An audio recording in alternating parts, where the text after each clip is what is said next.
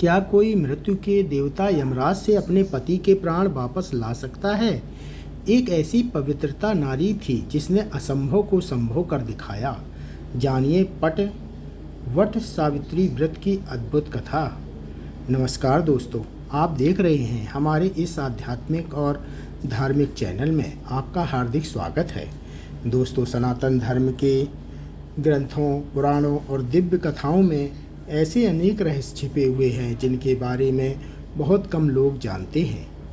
आज की इस विशेष वीडियो में हम आपको एक ऐसी अद्भुत कथा और रहस्य के बारे में बताने जा रहे हैं जिसे जानकर आप आश्चर्यचकित रह जाएंगे।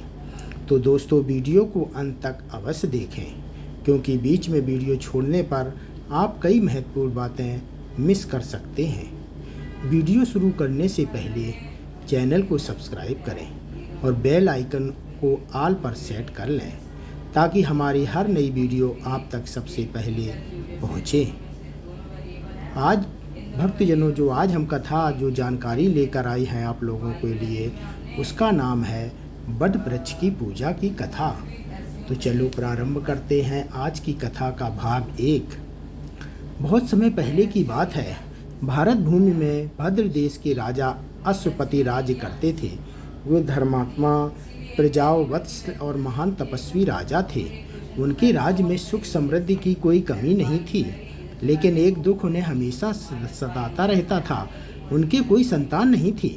राजा और रानी मालवी ने अनेक यज्ञ, दान और तप किए, परंतु उन्हें संतान सुख प्राप्त नहीं हुआ। अंत में राजा अश्वपति ने माता सावित्री की कठोर आराधना आरंभ की।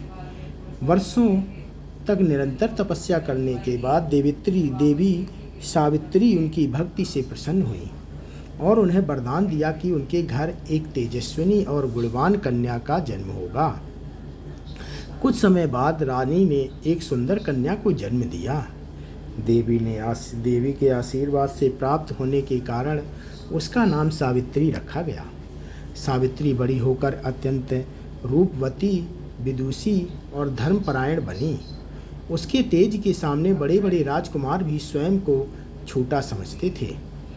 जब विवाह योग्य आयु हुई तो राजा अश्वपति ने उसे स्वयं अपना वर चुनने की अनुमति दी। सावित्री अनेक राज्यों में गई और अंततः वन में रहने वाले सत्यवान को अपना पति चुन लिया। सत्यवान अत्यंत सदाचारी, वीर और धर्मनिष्ठ थी, लेकिन वे अपने अंधे पिता धुम्नसेन के साथ वन में साधारण जीवन व्यतीत कर रहे थे। जब सावित्री वापस लौटी और अपने पिता को सत्यवान के विषय में बताया, तभी महर्षि नारद वहां आए। उन्होंने बताया कि सत्यवान सभी गुणों से युक्त है, किंतु उसकी आयु केवल 1 वर्ष शेष है। यह सुनकर राजा और रानी चिंतित हो गए, परंतु सावित्री अपने निर्णय पर अड़िग रही। उसने कहा कि एक बार जिसे मन से पति स्वीकार कर लिया, उसे कभी नहीं छोड़ा जा सकता। उसकी दृढ़ निष्ठा देखकर सभी ने विवाह की अनुमति दे दी। इस प्रकार सावित्री का विवाह सत्यवान से हुआ और वह अपने पति के साथ वन में रहने लगे। उसे ज्ञात था कि 1 वर्ष बाद कोई बड़ा संकट आने वाला है, फिर भी उसने अपने कर्तव्यों का पालन पूरे समर्पण और प्रेम से किया। यही वह कथा है जो आगे चलकर वट सावित्री व्रत और वट वृक्ष की पूजा का आधार बनी। भाग 1 यहीं समाप्त होता है। भाग 2 हम प्रारंभ करते हैं, तो आप लोग प्लीज इसे जरूर सुने। विवाह के बाद सावित्री ने अपने पति सत्यवान, सास और ससुर की सेवा को ही अपना धर्म मान लिया। वन में रहने का जीवन राजमहल के जीवन से बिल्कुल अलग था, फिर भी उसने कभी किसी प्रकार का दुख प्रकट नहीं किया। वह प्रातःकाल उठकर आश्रम के सभी कार्य करती, माता पिता समान सास ससुर की सेवा करती और अपने पति के साथ हर परिस्थिति में प्रसन्न रहती। समय धीरे धीरे बीतता गया। उधर महर्षि नारद द्वारा बताई गई सत्यवान की आयु की अवधि भी समाप्त की ओर बढ़ने लगी। सावित्री को अपने पति पर आने वाले संकट का स्मरण था। जैसे जैसे वह दिन निकट आने लगा, उसका मन और अधिक चिंतित होने लगा, किंतु अब उसने अपने चेहरे पर कभी चिंता प्रकट नहीं होने दी। उसने मन ही मन भगवान विष्णु, माता सावित्री और सभी देवताओं की आराधना आरंभ कर दी। नियत समय आने से 3 दिन पहले उसने कठोर व्रत धारण किया। उसने अन्न और जल का त्याग कर दिया। निरंतर जप और तप और पूजा में स्वयं को लगा दिया। उसके तप और श्रद्धा को देखकर आश्रम के सभी ऋषि मुनि उसकी प्रशंसा करने लगे। अंततः वह दिन भी आ गया जिसे लेकर नारद मुनि ने भविष्यवाणी की थी। सुबह सावित्री ने स्नान कर देवताओं की पूजा की और अपने सास ससुर का आशीर्वाद लिया। उस दिन सत्यवान लकड़ियाँ काटने के लिए वन में जाने लगे। सावित्री ने भी उनके साथ जाने की इच्छा व्यक्त की। पहले तो सत्यवान ने उसे समझाया कि वन का मार्ग कठिन है, लेकिन सावित्री के आग्रह पर वे उसे साथ ले गए। दोनों वन में पहुँचे। वहाँ सत्यवान पेड़ों से लकड़ियाँ काटने लगे और सावित्री उनके पास बैठकर उनकी सहायता करती रहीं। कुछ समय बाद अचानक सत्यवान को अपने सिर में तेज पीड़ा महसूस हुई। उन्होंने कहा कि उनका सिर बहुत भारी हो रहा है और उन्हें चक्कर आ रहे हैं। यह सुनकर सावित्री का हृदय कांप उठा। उसने तुरंत सत्यवान का सिर अपनी गोद में रख लिया और उन्हें सांत्वना देने लगी। धीरे धीरे सत्यवान की चेतना क्षीण होने लगी। उसी समय सावित्री ने एक अद्भुत और दिव्य पुरुष को अपने सामने प्रकट होते देखा। उनका शरीर तेज से चमक रहा था और उनके हाथ में पास था। सावित्री समझ गई कि ये स्वयं मृत्यु के देवता यमराज हैं, जो उसके पति के प्राण लेने आए हैं। यमराज ने अपने पास में से सत्यवान के सूक्ष्म शरीर को निकाला और दक्षिण दिशा की ओर चल पड़े। सावित्री ने अपने पति के निर्जीव शरीर को भूमि पर रखा और यमराज के पीछे पीछे चलने लगी। यहीं से उसकी अद्भुत परीक्षा और पतिव्रता धर्म की महान विजय का प्रारंभ हुआ। भक्तजनों, भाग 3 यहीं समाप्त होता है। भाग 2 यहीं समाप्त होता है। भाग 3 स्टार्ट करते हैं। यमराज सत्यवान के प्राण लेकर दक्षिण दिशा की ओर बढ़ने लगे, लेकिन सावित्री भी उनके पीछे पीछे चलती रही।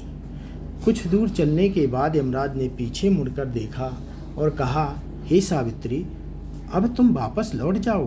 तुम्हारा पति अपना सांसारिक जीवन पूरा कर चुका है। उसका शरीर वन में पड़ा है और तुम्हारा कर्तव्य अब वही तक सीमित है। लेकिन सावित्री ने अत्यंत विनम्रता से उत्तर दिया, हे धर्मराज, जहाँ तक मेरे पति जाएंगे वहाँ तक उनके प्रति मेरा प्रेम और मेरा धर्म भी मेरे साथ जाएगा। पतिव्रता स्त्री अपने पति का साथ कभी नहीं छोड़ती। सावित्री की यह बात सुनकर यमराज उसके ज्ञान, विनम्रता और धर्मनिष्ठा से प्रभावित हुए। उन्होंने कहा, मैं तुम्हारी भक्ति और धर्म पालन से प्रसन्न हूँ। सत्यवान के जीवन के अतिरिक्त कोई भी वरदान मांग लो। सावित्री ने सबसे पहले अपने अंधे ससुर धृतसेन की नेत्र ज्योति लौट आने का और उनका खोया हुआ राज वापस मिलने का वरदान मांगा। यमराज ने तुरंत तथास्तु कहकर यह वरदान प्रदान कर दिया। इसके बाद वे आगे बढ़ गए, लेकिन सावित्री फिर भी उनके पीछे पीछे चलती रही। कुछ दूर जाने पर यमराज ने पुनः उसे समझाया कि अब वापस लौट जाओ। तब सावित्री ने धर्म, सत्य और सदाचार की ऐसी बातें कहीं कि यमराज और भी प्रसन्न हो गए। उन्होंने उसे दूसरा वरदान मांगने को कहा। सावित्री ने अपने पिता राजा अश्वपति के लिए 100 पराक्रमी पुत्रों का वरदान मांगा। यमराज ने यह वरदान भी दे दिया। फिर भी सावित्री उनके साथ चलती रहीं। यमराज अब समझ चुके थे कि यह साधारण स्त्री नहीं बल्कि महान पतिव्रता है। उन्होंने तीसरा वरदान मांगने को कहा। तब सावित्री ने कहा, हे धर्मराज, मुझे भी सत्यवान से उत्पन्न 100 पुत्रों की माता बनने का आशीर्वाद दीजिए। यमराज ने बिना विचार किए तथास्तु कह दिया। वरदान देते ही उन्हें अपनी भूल का आभास हुआ। यदि सावित्री को सत्यवान से 100 पुत्र प्राप्त होने हैं तो सत्यवान का जीवित होना आवश्यक है। धर्मराज पहले वचन से पीछे नहीं हट सकते थे। सावित्री की बुद्धिमता, दृढ़ निष्ठा और पतिव्रता धर्म की शक्ति ने स्वयं मृत्यु के देवता को भी पराजित कर दिया था। यमराज अत्यंत प्रसन्न हुए और बोले, हे साध्वी, तुम्हारी अटूट निष्ठा, तप और प्रेम से मुझे जीत लिया है। मैं तुम्हारे पति सत्यवान को जीवन दान देता हूँ।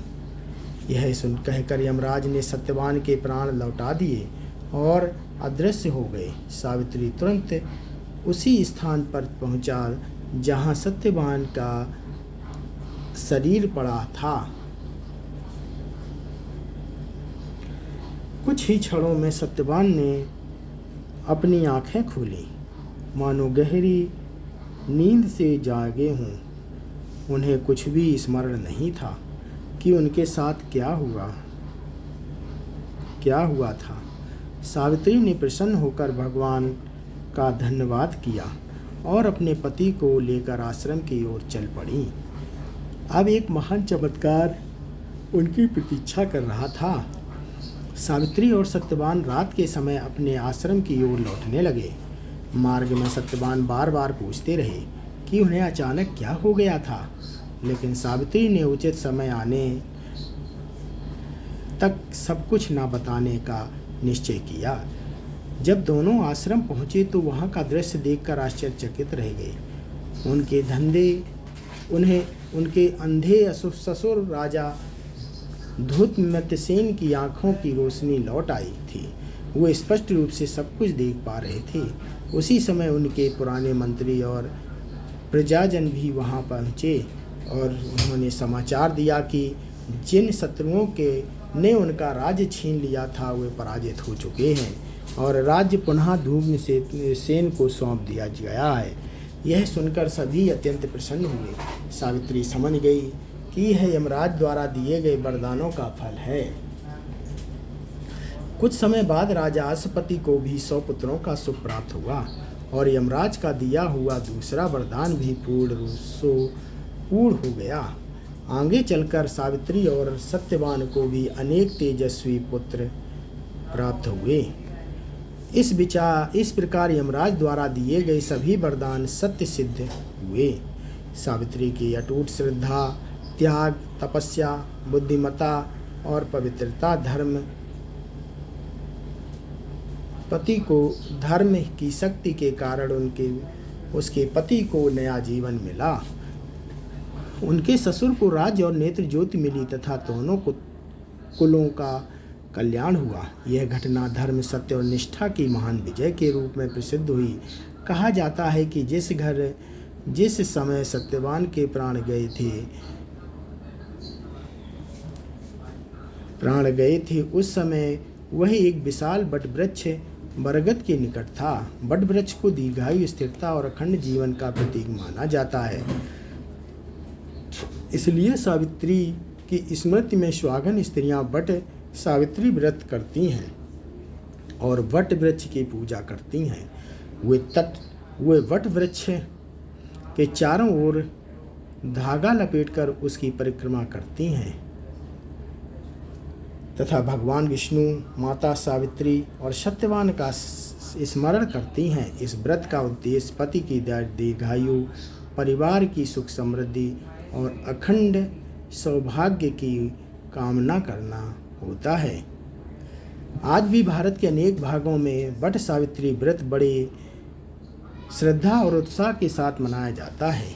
यह केवल एक धार्मिक अनुष्ठान नहीं बल्कि नारी की दृढ़ इच्छा शक्ति, प्रेम त्याग, धैर्य और अटूट विश्वास का प्रतीक है। सावित्री ने यह सिद्ध कर दिया कि सच्ची निष्ठा और धर्म के बल से असंभव प्रतीत होने वाली बाधाओं को भी पार किया जा सकता है। इसी कारण उनकी कथा युगों से श्रद्धा के साथ सुनाई जाती रही है तथा वट वृक्ष की पूजा का महत्व सदैव बना हुआ है। तो भक्तजनों, ये कथा यहीं समाप्त होती है। आप लोगों को ये जानकारी कैसी लगी हमें कमेंट करके ज़रूर बताएं। बोलो जय श्री कृष्णा, जय श्री